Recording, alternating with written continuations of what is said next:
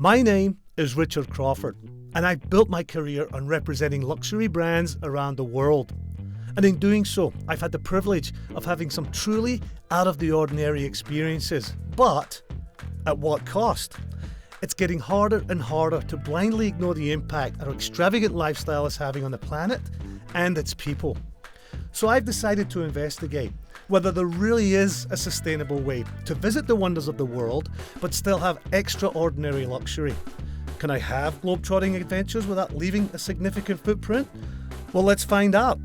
And by using the basic principles that define ecotourism, which are minimal impact, sustainability, social responsibility, and of course, let's not forget overall guest experience, I will rate my travels around the planet to see if we really can make a difference. One experience that tops most people's bucket list is to go on African safari. And today, we are doing just that. But not just any safari. We are off to Kenya to visit one of the most luxurious safari lodges in all of Africa. This remarkable property, almost suspended in midair, features luxurious tented suites overlooking the spectacular Masai Mara. But that's not all. They have become an integral part of the communities around them. They sponsor rhino protection programs, educate the community's children, and not only give the locals jobs, but empower them with employment opportunities they would normally never get. I'm really looking forward to taking this amazing experience off of my bucket list and to seeing how this property, literally in the middle of nowhere, can be so luxurious, yet is designed to leave no trace.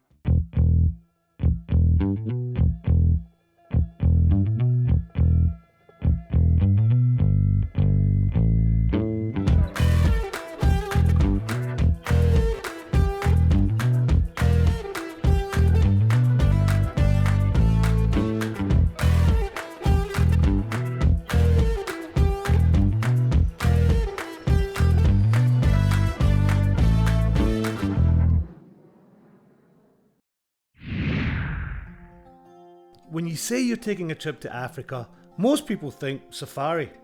But there's so much more to this ancient continent. It's huge, 20% of the world's landmass and 16% of its population, with 64 sovereign states and territories. But it's also the world's poorest and least developed continent. Therefore, tourism plays an incredibly important part of the region's economy, from the pyramids of Egypt to the cosmopolitan cities of South Africa. But undeniably, the wildlife is the main draw. Just ask any Disney Lion King fan. So in this episode, we will be visiting Kenya in East Africa, which is the 6th most popular destination for tourists to the region, with tourism being the 2nd biggest earner for the country. The wildebeest migration in Kenya's Masai Mara has been recognised as one of the new 7 wonders of the world. This is one country where it is vital for ecotourism to flourish to protect its natural resources and thereby its economy. My journey into deepest, darkest Africa begins by flying into Nairobi, Kenya's capital. And this is a stepping stone for those intrepid explorers keen to meet the Big Five up close. Well, here we are in Nairobi, a fairly cosmopolitan city, and in fact the capital of Kenya. But we still have one more leg to go before we actually get into the Mara, and I've been given a choice. I can either spend 9 hours in a vehicle over rather challenging terrain, or I can spend 45 minutes in a small aircraft and land at one of the very small airstrips dotted throughout all of the Mara. Guess which one I chose?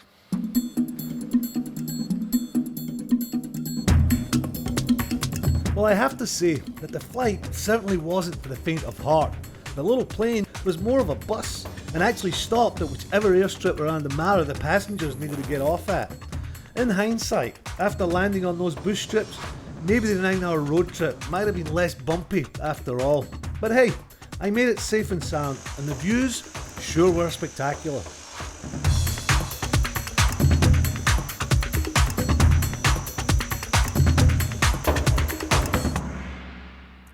Well, here we are at Okorok Mara International Airport, and Okorok is actually the Maasai word for crow, which kind of makes sense because we're at 1900 meters or almost 6,000 feet above sea level, and it's a bustling hive of activity. Well, at least it is on the wildlife side. In actual fact, when we tried to land, we had to pull up again because we had zebras and antelope on the runway. So we had to pull up and come around and try to land again. But I'm here now, so let's go meet the folks from Angama. Hey Daniel, how are you? Thank you. Richard Crawford, nice to meet you. And I'm Daniel, nice to meet you. Thank you, Daniel. Welcome to Angama. Thank you, looking forward to it. Very good.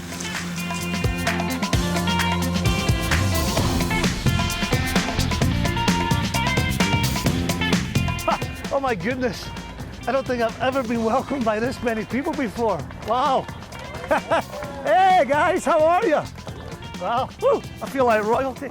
Laurie Joseph, thank you very much. Thank you. Guys, how are you? I can't shake all of your hands. It would take too long. Thank you very much. Thank you. Man, this is definitely what they must mean by Kenyan hospitality. Now I understand it. Yeah. Thanks, guys. This way? Yeah. Yes, thank you. This is Angama Mara Safari Lodge. Now it consists of 2 camps, north and south.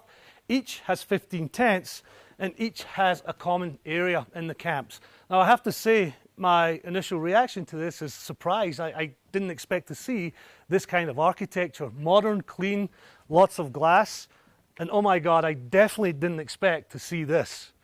The Mara Plains spread out in front of you as far as the eye can see. This has to be the cradle of civilization right here.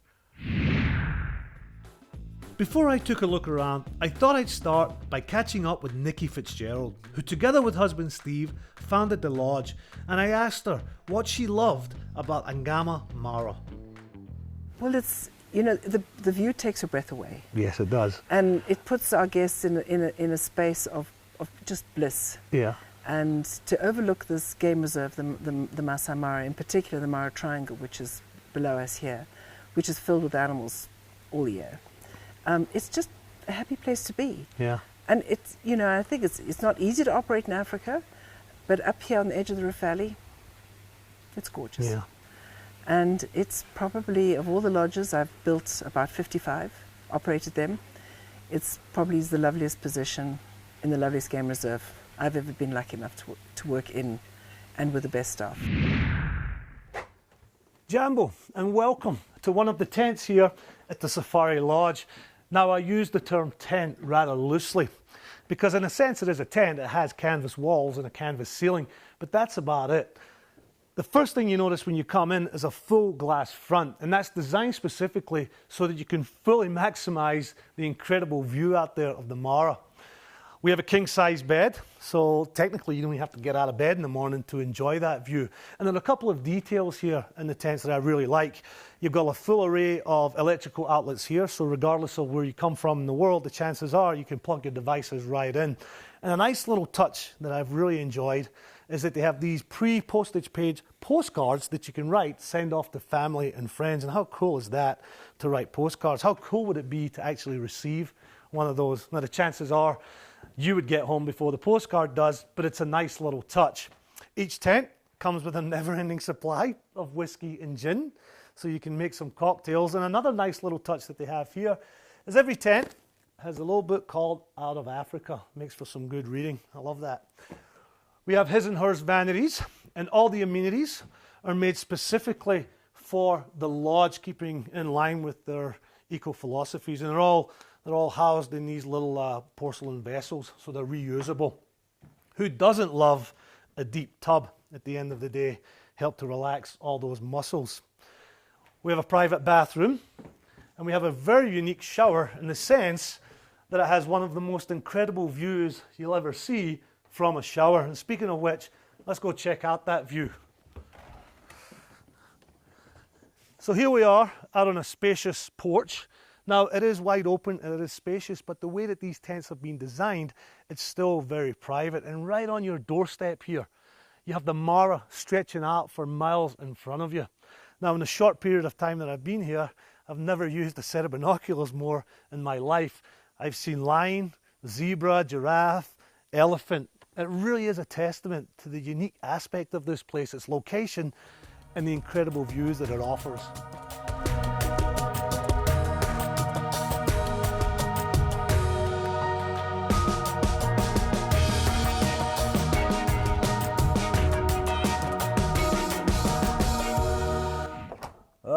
good morning. Good morning. It's early, man. These early morning calls keep getting earlier and earlier. It's only 4:30.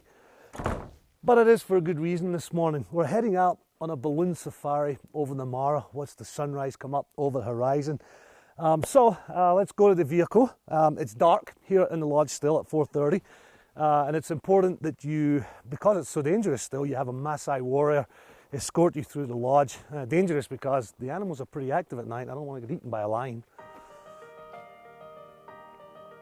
Morning, Daniel. How are you, buddy? It is morning, right? Not still nighttime. Well, I made it to the vehicle safely, so let's get out there and get up in the balloon.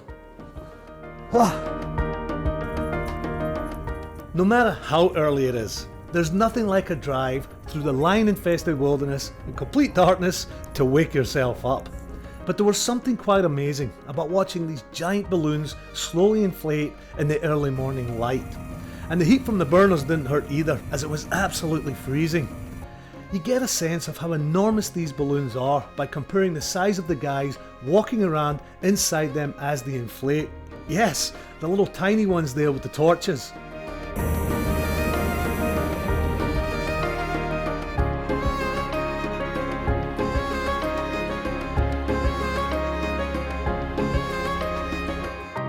But it wasn't too long before we were airborne, and boy, what a magical view it was.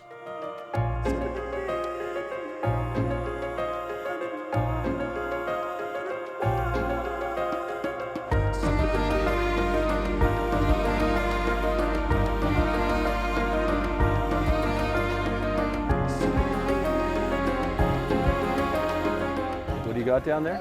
Elephants down there on the right, out to the right. Yep, good spotting.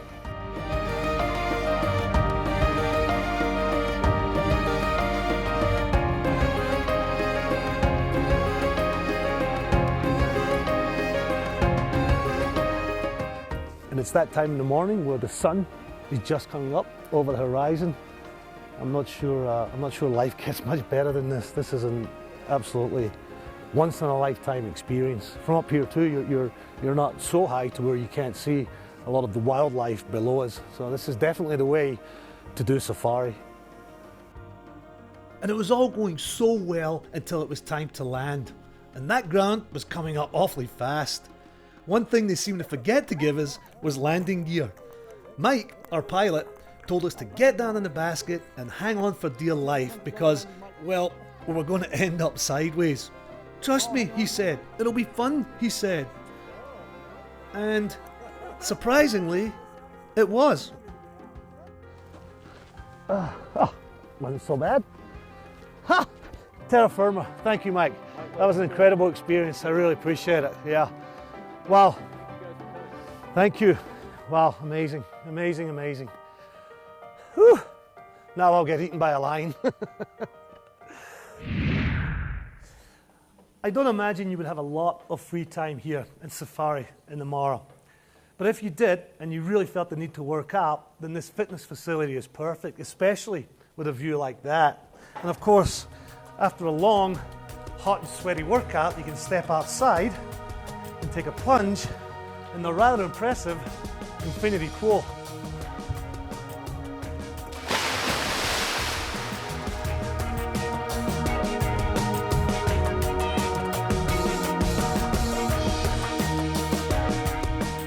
When they first told me that in-room massage was an option here, I had no idea that it was going to be this incredible. Now let's be honest, just a massage with Caroline alone is pretty amazing, but with a view like that, it just takes it to a whole new level.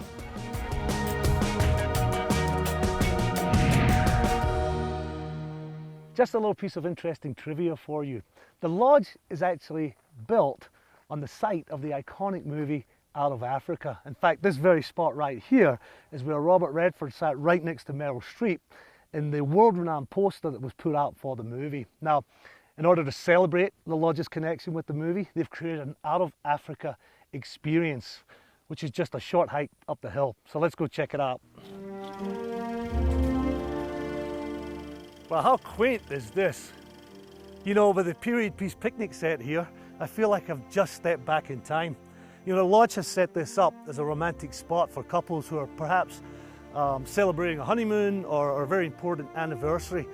And yes, I could see Robert Redford and Meryl Streep having a nice little romantic picnic here. But I'm about to have some lunch here in the middle of Africa, under the shade of the tree. Terry, what are we having?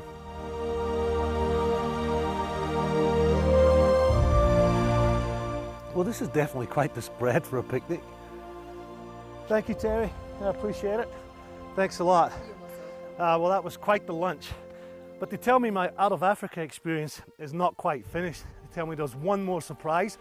And like any Hollywood blockbuster movie, it has quite the finish. And wow, yes, I would say so. That is definitely quite the finish.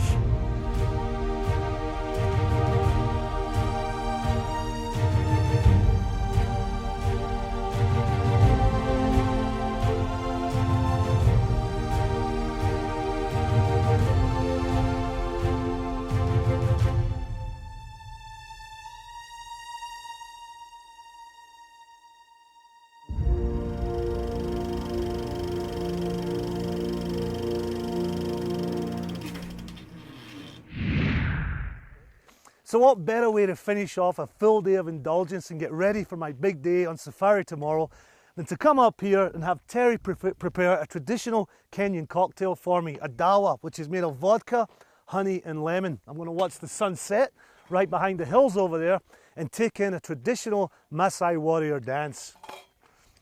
Thank you, Terry. How do I say cheers? I'm going to stick to cheers. Thank you.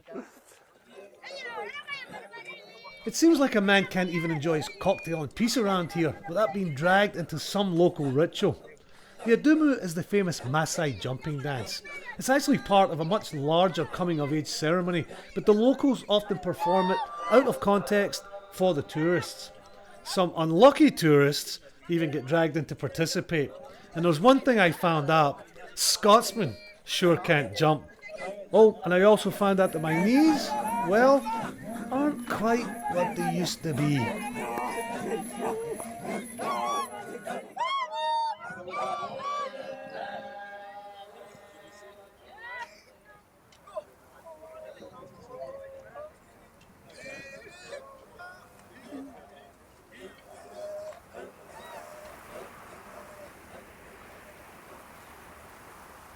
Well, I'm really excited this morning because today's the day we actually get to go out on safari. And let's be honest, that's the whole reason we're here. But before we get out there, let me put in context exactly where we are. Now, we're in Kenya, which is in East Africa, bordered by Uganda, Tanzania, and Ethiopia to the north. Now, we flew into Nairobi and we made our way to Anganamara right here. Anganamara sits in the most northern part of the Mara Triangle, which is about 510 square kilometers and makes up about a third of the Masai Mara National Reserve. Now, it has 3 borders. It has 2 geographic borders and 1 political. We have a mountain range right here in the north. We have the Mara River that spreads out right before us, and to the south we have the Tanzanian border. Now, Anganamara itself sits in the most northern part of the Mara Triangle, and today we're going to head south all the way to the Tanzanian border. Now, surprisingly, the Mara Triangle is actually the least visited on the safari circuit. However, it has the highest concentration of wild animals. So I'm really excited to get out there. I have the full safari outfit on, binoculars included. So let's get out there. Morning, Daniel. How are you, buddy? Good to see you. Good to see you. Ladies and gentlemen, this is Daniel, a very trusted and experienced guide out there today who's been doing this for many years.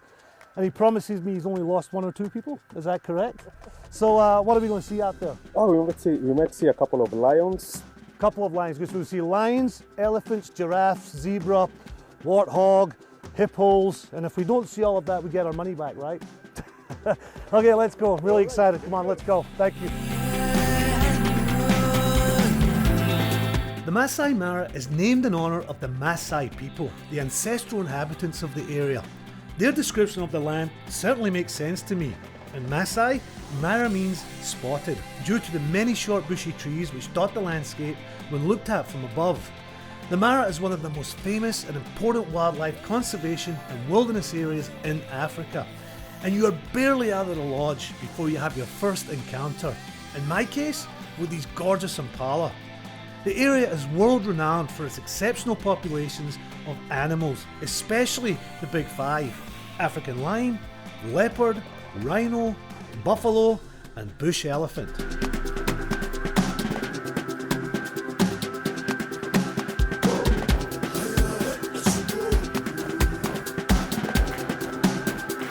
Wow, looks so majestic and docile. But our guide tells me that at any minute they could turn around on you, so you have to be really careful.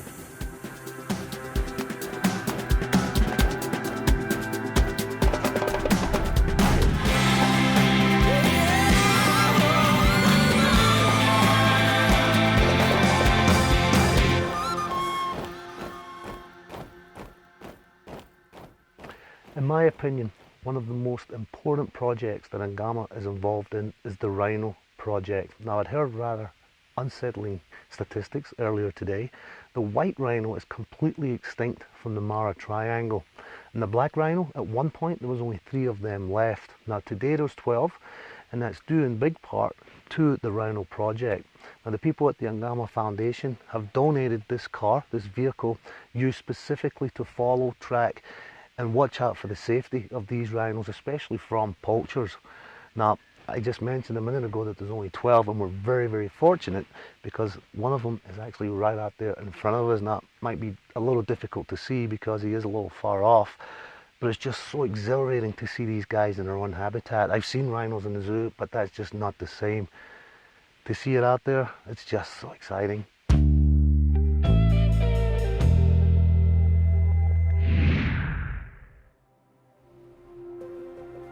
So one of the great things about doing a safari in the Mara is that you never know what awaits around the corner.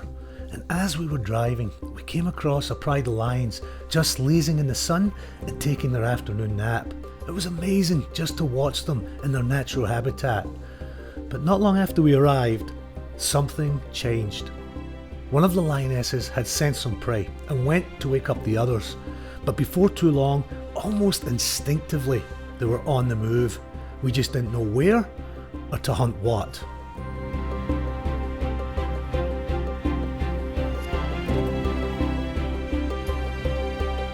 Now, our guide had told me that the wildlife were used to the safari trucks and also the guides dressed in green. And to be honest, I was kind of glad of that because they couldn't have gotten any closer to us unless they were actually in the Jeep with us. So this is what it's really all about, getting this close to a pride of lions. And these are all females, is that right, Daniel? So these are, I mean, this is the part of the pride that hunts. So I guess they're on the move now. They were sitting over there all passed out a second ago, but now they're on the move.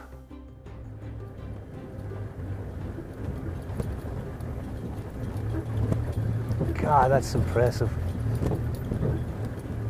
Look at that. You know, they hunt in packs and there's a system to it, but they just look so elegant. And, I got a little look at the side of the eye there. Did you see that? Amazing to be this close. That's incredible. And a little scary, let me tell you. I mean, I'm holding it together here pretty good, but well, I am a little scared. But that's safari, folks. Amazing. So I don't know if you can hear some of the other animals around here making noise, and they're warning each other that these guys are up and moving around. Just a second ago they were pretty still, but now they're moving around. Oh, God, it's beautiful. It's absolutely beautiful. And it's amazing to me that they really don't pay us any attention. Oh my God, it's so majestic. For the last hour or so, I've just watched the most incredible thing I've ever seen in nature. It was a pride of lions tactically going after some prey. Just the way they spread up, the way they all worked together to kind of box the prey in one section was absolutely amazing to watch. Now, they didn't actually catch what they were after. It was a little warthog. And to be honest with you, I was kind of happy to see that it escaped. But watching it all has made me kind of hungry. And I don't even have to leave the safari to have lunch because I've thought of everything here. They've brought our lunch out in these little boxes, also a little bit of wine. So I'm going to sit down, have lunch right here next to the Mara River and watch the hippos. One of the best things about going on safari here is that the experiences are tailor-made just for you. You can go out for a full day, like me, or you can do a breakfast safari, one at lunchtime, or an afternoon trip, or all three if you want to. The beauty of it is that no two are the same, and you can be certain that each trip will bring with it a different encounter. And with the guys being such passionate storytellers, you certainly never get tired of the animals or the view.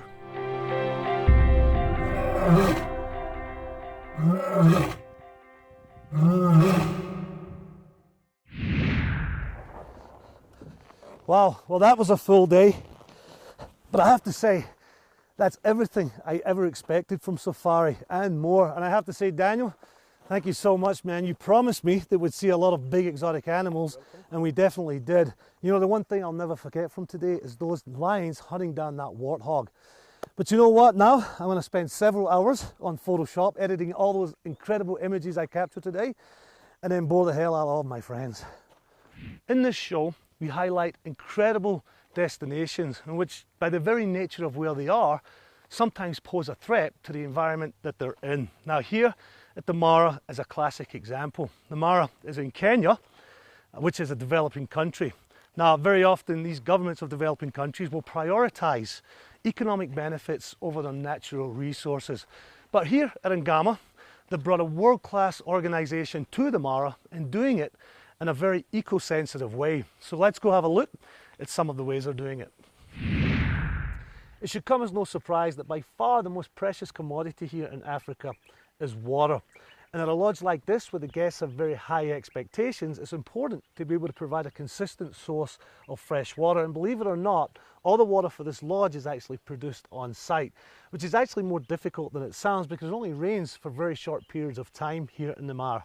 Now, I'm with Cyrus, who heads up the water program at the lodge. Cyrus, where do we get all the water from? Oh, we normally get water from this dam. Oh, so it's from this dam then? It's from this dam that has got a capacity of 300 cubic meter. Okay. Meter. Yep.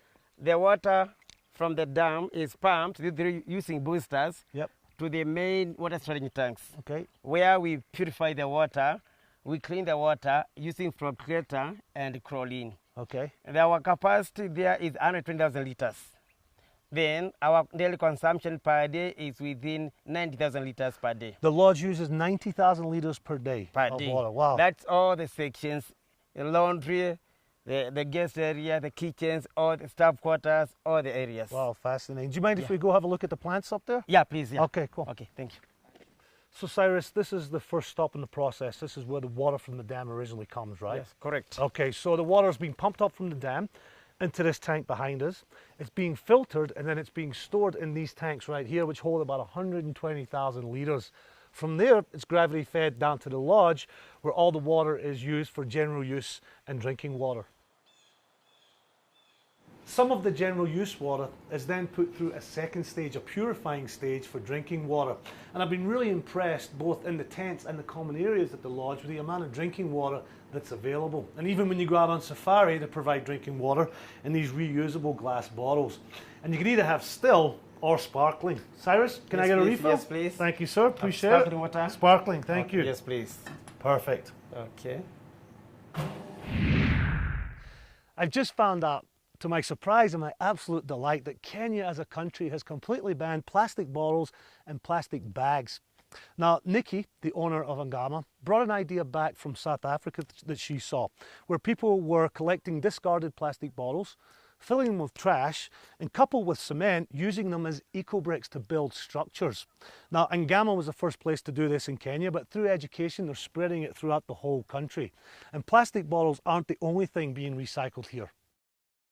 Landfill in the Mara is just not an option, and the folks in Ngama do several things to recycle.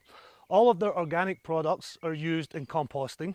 All of their paper waste goes to be incinerated, and all of their glass goes to Nairobi to be recycled. They do everything they can to leave no trace. In the very short time that I've been here, I've been very pleasantly surprised to find out that the place is really clean. I see very little trash. And that, in part, is due to, on top of all the other programs here that they do for recycling, they bring the staff out, all of the staff, once a month to have Tucka Tucka Day, which is basically a big litter drive. Ready to go, guys? Yeah. Let's go.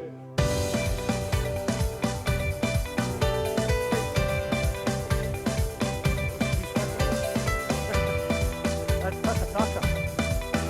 Okay, now we're doing our part. We're doing our part.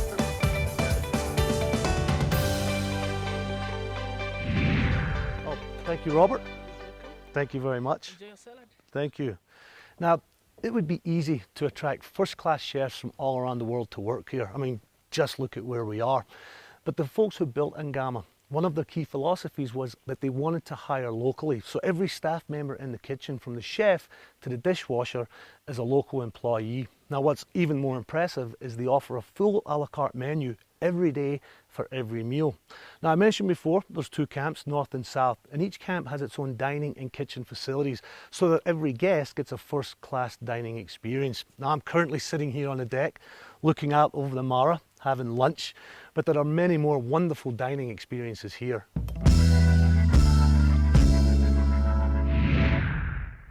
Because the lodge is so remote, self-sustainability is really important.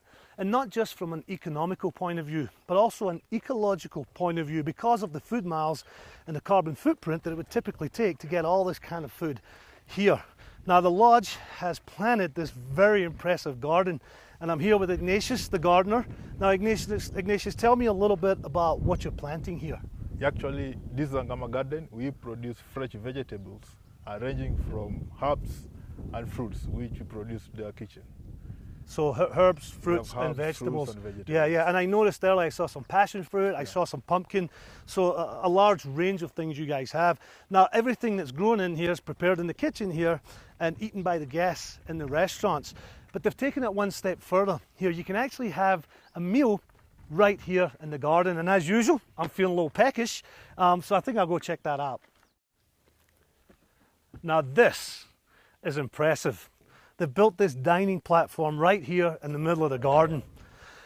You know, they talk about farm to table, but it doesn't get any fresher than this. The vegetables I'm about to eat literally came right out of the soil behind me. Oh, thank you so much. I appreciate it. Thank you. You know what? The only thing more impressive than this fresh vegetables here is that view right out in front of me.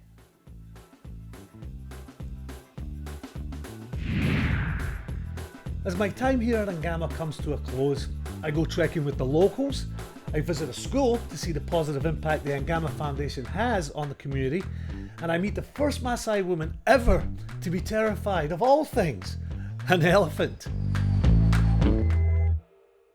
In speaking with Nikki, the owner, it was very evident early on that when she built Ngama, it was important for her to give back to the community. In being here, I've noticed that 99% of the staff here are all local employees, and as part of the social responsibility program, they've built this staff village. But this is just the tip of the iceberg. There are many more social responsibility programs that they're involved with, so let's go have a look at some of them. Now, it's not surprising that a lodge of this style would offer healthcare to its guests, but Ngama have taken it a couple of steps further than that. They actually offer healthcare to their staff and the local community. And the Ngama Foundation has built this clinic. They employ medical professionals and they subsidize the medicines for the locals. And here is one of these incredibly talented medical staff. Dr. James, how are you, sir? Fine, sir. Good. I have a quick question for you. Yeah. Do you have anything for a lion bite? Oh, you do? You have some? Oh, okay. You have something for a lion bite.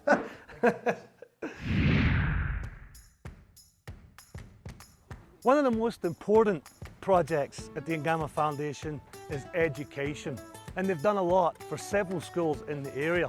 They've built housing for the teachers, they've built classrooms for the kids, who are so beautiful, and very often And very often when people come to this part of the world, they bring things that they think a school or the kids might need, and very often it's things they don't need. So the Ngama Foundation has actually come into the schools and asked specifically what they need and created a little list of things that they need, so that, for example, when you're a guest at Ngama Lodge, you can purchase the books and the satchels that they actually need and bring it to the schools. Now this school has 807 students, which is incredible. It's good to see that many kids are able to get a good education. And every one of them are wearing a nice little school uniform. Look at them. Say hi, guys. Wave to the camera. Yay! So it turns out that this was the first time that the students at the school had seen a drone. And so our filming became, well, an all-school event. They also took special interest in our cameraman Ben, who tells me it's very hard to fly a drone with 12 little pairs of helping hands trying to push all the buttons. They also seemed to want to grab the drone whenever possible. But in the end, we got our shot. And the one thing I was left with was, for kids who have so little, how joyful and proud they were. We should all take a leaf out of their school book. It's interesting to note that cattle play a very important part in the Maasai culture. It's their currency, and it determines the wealth and status of the owner of the cattle. It's really important to them. In fact, about 5 minutes ago, we were filming somewhere else and they got upset at us and asked us to move. Now remember, we are in the middle of the Mara, full of wild beasts, and unfortunately, some of these animals meet their demise via lion. Now traditionally, the Maasai, in order to seek revenge, would go out and kill that lion, and sometimes the whole pride, which is not good for lion population. Now the Ngama Foundation are part of a program where if a cow is taken, the Maasai are compensated with cash, with the understanding that they don't go out there and kill the lion. And I think that's a pretty good system. One of the core philosophies here at Ngama is social responsibility. In fact, when I first talked to Nikki, the owner here, she expressed how important it was to invest in the community, but not just to support them, to give back also. And as one of the results of that, they built this incredible facility here where they actually hire local Maasai women to create arts and crafts. So let's go check it out. Josephat has told me that these ladies are beading. Now beading is an ancient Maasai craft, and everything that these ladies make is sold here in the store. Part of the profits go back into the community, and the ladies themselves actually make a commission. However, if they don't sell anything, they're still paid a monthly salary, so it's all still going back into the community. Now as a guest here at Ngama, you can try your hand at this beading, so I'm going to go give it a try now. I feel like a Maasai warrior chief with this. Hey ladies, how are you? So one thing I learned pretty quickly, the ladies certainly made it look easy. I couldn't even see the tiny beads, let alone thread them onto the tiny string. I can't imagine how long it would take to actually make some of these beautiful items. And whilst that might have been amusing for some of them, for others, I think it was just a distraction from the very serious business of beading. But I was lucky enough to hear the beautiful chants they sing whilst working.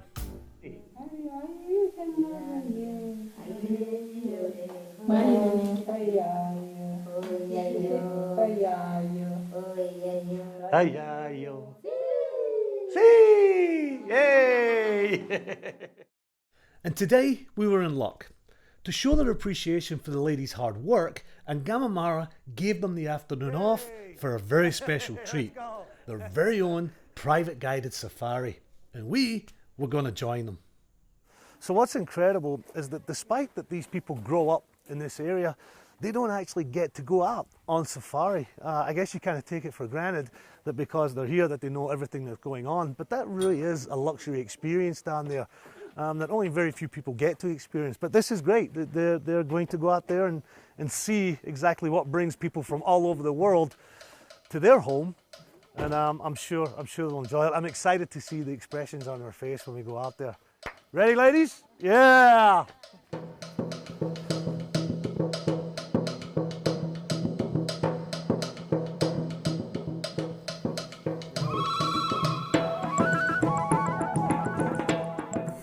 Well, it was all going rather well until the lady up front just suddenly realised that she has a phobia of elephants, which is kind of surprising considering she grew up around them all her life. I guess this is the first time maybe she's gotten that close to it, but she really is scared.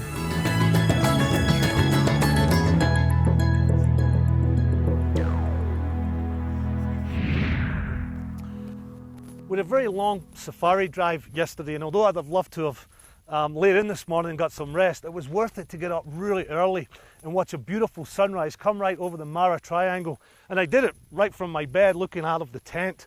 But I'm also out this morning for a safari walk. And I'm here with my guides, Sononi and Lapori. And these are Maasai warriors. And it's important that I come out with these guys on a walk because I can't just come out on my own. A, I don't really know the area, and B, I would be very open to being attacked by lions. But with having these guys with me, it offers me a safety net. And I'm really looking forward to getting out there and getting really close to the animals, and not from a vehicle. It's a little more exhilarating actually having your feet, your boots on the ground and walking amongst the animals. Now they've put me in charge of the weaponry today. This is a Maasai AK-47, but you've got one shot at it, so I better not miss, guys, right? It's a policy of this and other lodges in the region to employ members of the local Maasai tribes as security guards on the properties, and they also take guests out on guided walks. This is yet another example of putting money back into the local community. It's amazing, but not surprising, how much they know, not just about the animals, but the birds, the plants, and the trees. It really brought home to me just how connected these people are to the environment around them. So it's really incredible because the animals are right there, and you're not in a vehicle, you're actually up close with them, and you don't have that little safety net that you feel when you're in a vehicle, so it's quite exhilarating to actually just walk amongst them. Can you hang on for a minute? Look here, Richard. Yeah, I see it, yeah. Fresh Some footprints. Yeah. Yeah. What is it? Can you give me a guess? Based on my very limited tracking knowledge, Okay, so I would say it was a mongoose. a mongoose. These are too big for a mongoose. Yeah, what is it then? This is a lion footprint. A actually. lion? Yeah. Like a lion, a big lion. Yeah, big lion. Well, how long has it been there? A few minutes ago. Like recently? Yeah. Like here? Yeah. I think the walking safari is over, my friend. After a few days in the Mara, I think I can now consider myself an honorary Maasai warrior. I've learned to jump like one and now track animals like one. I think I'm finally ready to be trusted with their weapons. So ultimately what's happening here, a big lion is charging me, it's attacking me. I got one shot at this. It's getting closer. I can see that's the lion right there. It's that close. I can smell its breath. I can see the whites of its eyes. My whole life depends on this one throw. Oh! I'm dead. Yeah, dead. They say all good things must come to an end, and so too must my time here in the Mara. Going on African safari consistently rates at the top of travellers' bucket lists, and I can really see why. It's not just about being able to see these majestic creatures in their natural habitat, but it's about being so close to them without any real protection. And there's a real sense of exhilaration and definitely a little bit of danger. It's not just the wildlife though, it's also the genuine hospitality of the local people who couldn't try harder to make you feel at home. Speaking of home, Ngama Mara really is a home away from home, just more spectacular. Its real point of difference is its location above the Mara, giving an incredible view from just about everywhere. The guest-centric approach comes from the top, with Nikki and her team doing everything they can to not only provide an amazing guest experience, but to protect and improve the environment. The Ngama Foundation goes above and beyond to contribute back to the local communities. So where does Ngama Mara sit on the Leave No Trace Eco Scorecard? Taking all of our factors into consideration, I have scored the whole experience a very well deserved A. Wow, what an incredible experience that was. I can see why people really regard this place as one of the most beautiful places in the world. And the people of Ngama, talk about hospitality. I got a sense of what that world-renowned Kenyan hospitality is. Some of the friendliest people I've ever met in my life. You know, if you ever are fortunate enough to get the opportunity to come here and visit the Mara, please, for the sake of this gorgeous landscape and the exotic animals that are here, absolutely leave no trace. I'm Richard Crawford. Until next time.